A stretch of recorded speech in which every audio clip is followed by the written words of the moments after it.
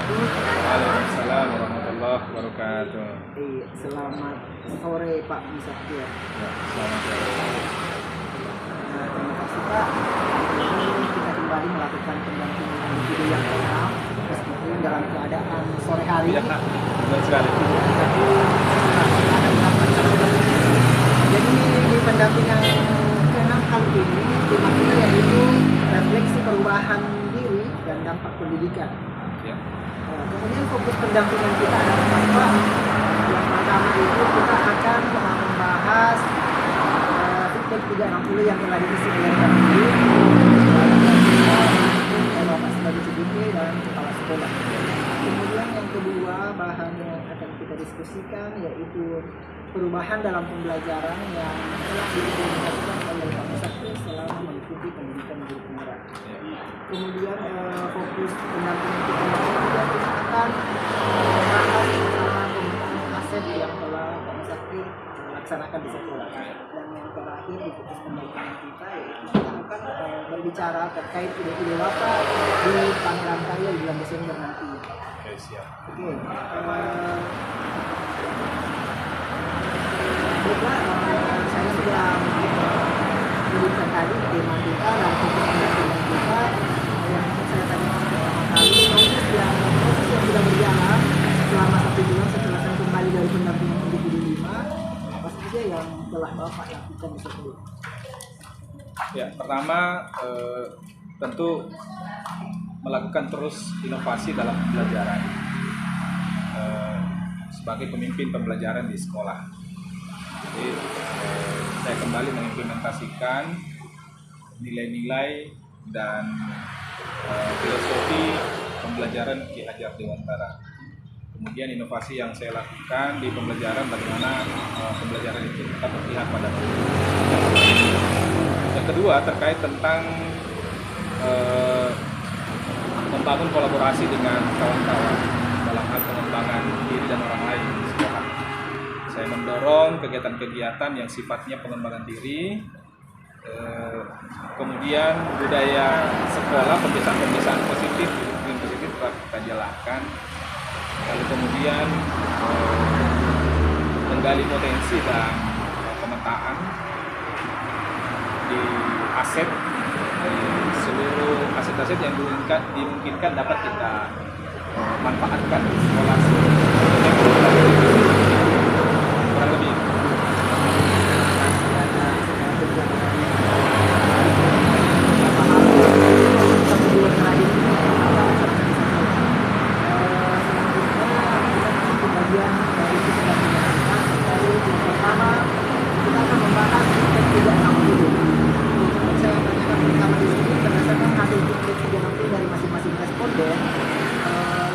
Perwakilan saja, menurut responden itu sendiri, hal-hal apa yang perlu Bapak lakukan atau perbaharui yang masih ada di diri Bapak yang masih kurang?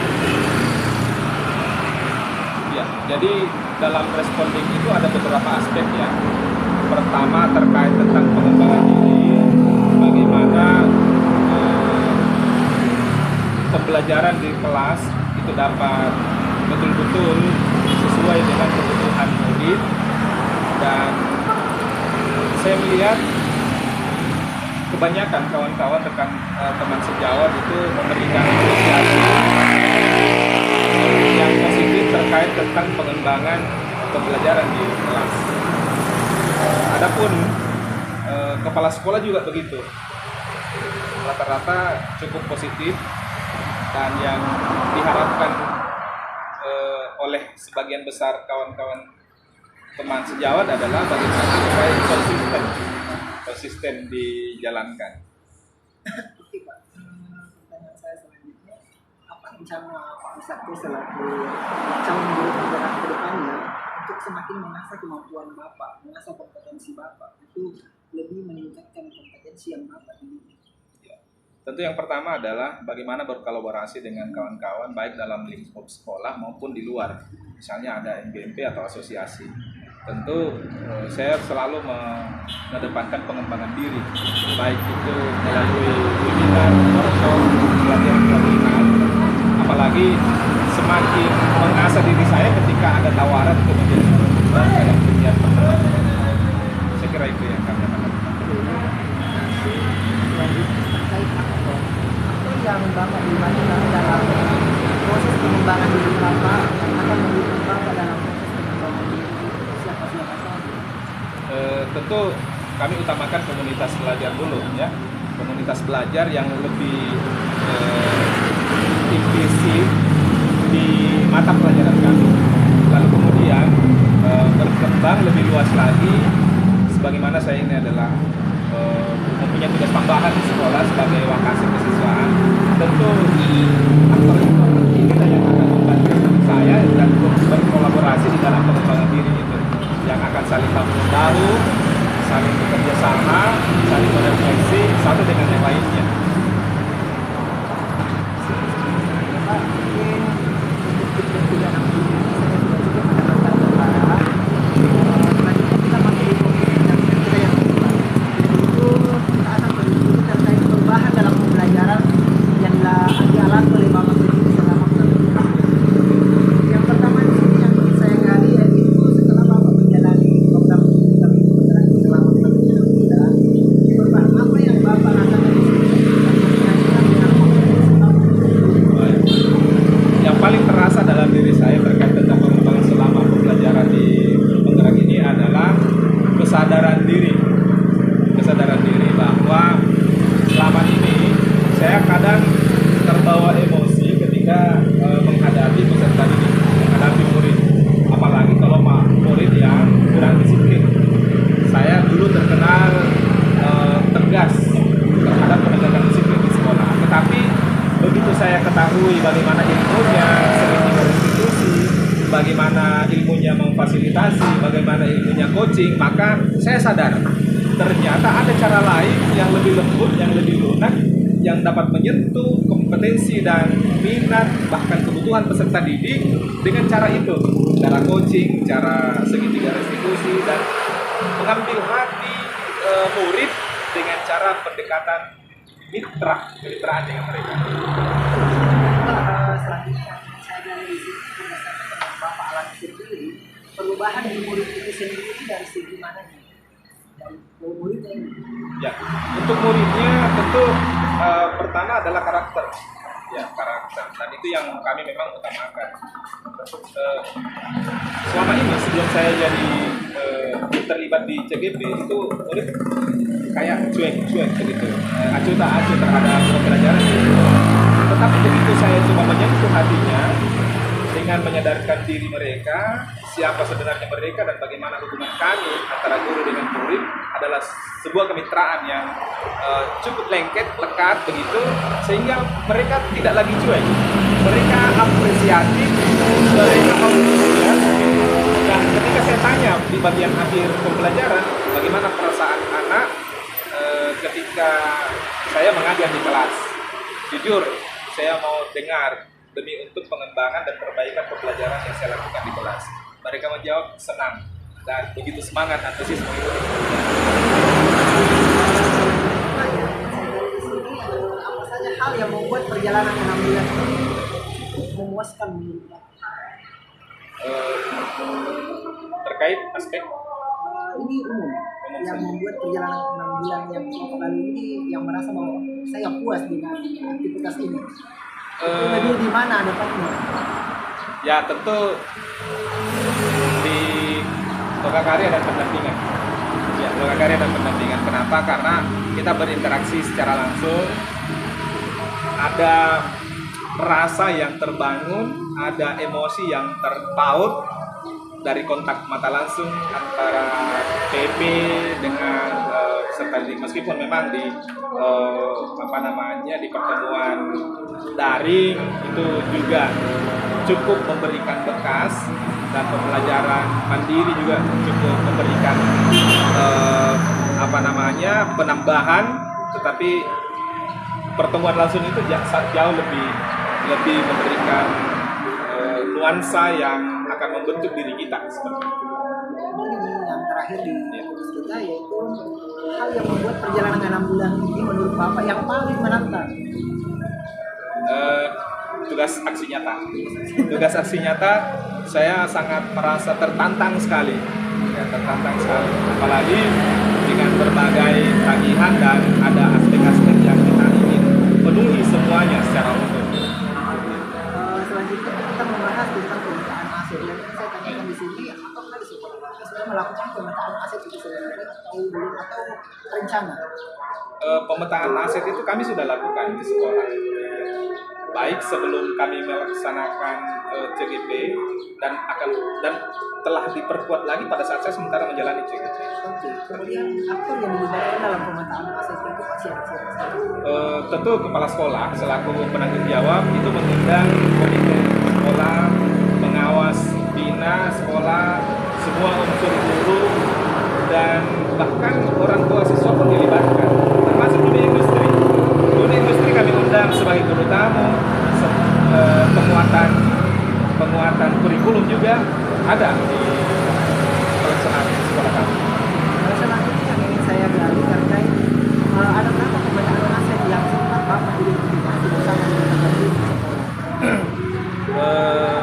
Yang paling terasa ini ada 3. Pertama adalah aspek manusianya, sumber daya manusia aset. Kemudian yang kedua adalah sarana dan prasarana. Lalu kemudian yang ketiga adalah finansialnya. Itu yang cukup terasa.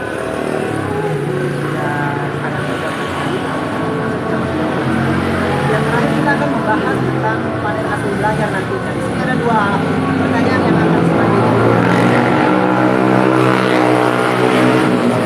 Yang pertama di sini, apakah ide Bapak? Apa ide Bapak? Kapan panen hasil belajar nantinya di bulan Desember? Iya. Ide saya adalah bagaimana membuat program itu dapat dilihat, dapat diamati oleh semua orang bahwa kita ini membangun pembelajaran pendidikan yang berbasis digital. Bagaimanapun juga kita yang sedang berada di era digitalisasi ini, di era milenial ini tentu mesti mengadaptasi dan menyesuaikan program-program yang ada di sekolah, sehingga nanti pada panen karya insya Allah kami akan bawa layar monitor yang digital dan program-program pembelajaran untuk menjadi contoh dan menjadi inovasi bagi dunia pendidikan ke depan. Secara tidak langsung pertanyaan kedua saya sudah apa terkait apa yang akan Bapak pamerkan nanti. Bapak sudah menjelaskan bahwa IT ya, Iya, IT digital. Untuk selanjutnya sebagaimana yang dimaksud selanjutnya Pak, karena sebagai bahan tugas juga nantinya di Lokakarya 7 itu Bapak diharuskan membuat sebuah presentase baik itu di Canva atau aplikasi lain terkait program unggulan Bapak yang akan Bapak presentasikan di depan para peserta dan undangan. Ada namanya kelas berbagi. Kelas berbagi itu setiap calon guru penggerak wajib mempresentasikan program unggulannya. Ya. Jadi nanti kita mempersiapkan presentasi ini. Ya, insya Allah kami sudah siapkan sementara on proses ini, karena kan ini masih ada beberapa di penghujung endingnya kami coba mencari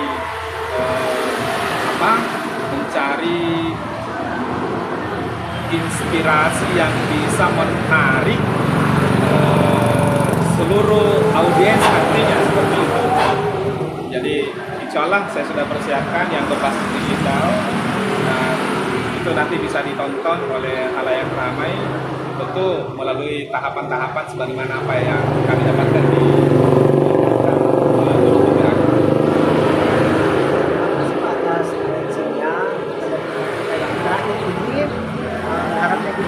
menjadi pendampingan yang lain jadi terjadi lagi kolaborasi antara sama calon guru penggerak. Tapi untuk pendampingan kita kali ini saya rasa cukup mendapatkan banyak gambaran. Terima kasih Pak. Saya akhiri. Waalaikumsalam warahmatullahi wabarakatuh. Bismillahirrahmanirrahim. Assalamualaikum warahmatullahi wabarakatuh. setelah kami melihat dan mendengarkan hasil khutbah Jumat di Masjid Nur Maryam Aman Polsek Bangkala yang dibawakan oleh Bapak Al-Ustadz Musakir SAG, salah seorang CGP Angkatan 8 Kabupaten Jeneponto, membahas teori motivasi perilaku manusia, menghukum penghargaan dan restitusi atau keikhlasan dengan mengelaborasi surah Al-Ikhlas ayat 1-4. Pembahasan ini diangkat sehubungan dengan momentum peringatan Tahun Baru Hijriah atau 1 Muharram 1445 Hijriah pada 2 hari yang lalu. Hijrah sejatinya dilakukan atas dasar niat karena Allah yang lahir dari dalam diri. Ikhlas bukan karena paksaan atau tekanan dari luar seperti hukuman ataupun penghargaan. Pembahasan ini juga senapas dengan pelajaran CGP dalam modul 1.4 tentang budaya positif. Sayang sekali tidak sempat didokumentasikan. Bangkala 21 Juli 2023 Masehi bertepatan dengan 3 Muharram 1445 Hijriah. Demikian, wassalamualaikum warahmatullahi wabarakatuh.